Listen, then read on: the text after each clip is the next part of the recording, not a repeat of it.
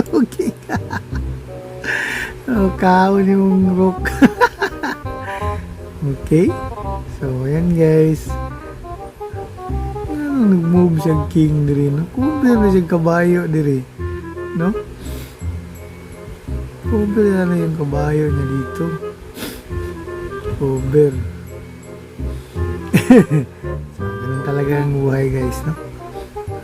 Kailangan focus. Nawala siya sa focus. Okay? So, lugi na siya guys. Nag-reset siya, kuha yung rope. Tapos yung mga ano niya, mga pieces niya, nandito pa. Nandito lahat. Oh. Okay? So, panalo na tayo. Bago tayo magtapos, gusto ko muna magpasalamat sa lahat ng mga napadpad sa ating channel at sa mga nag-subscribe at sa mga hindi pa nakapag-subscribe sa ating channel.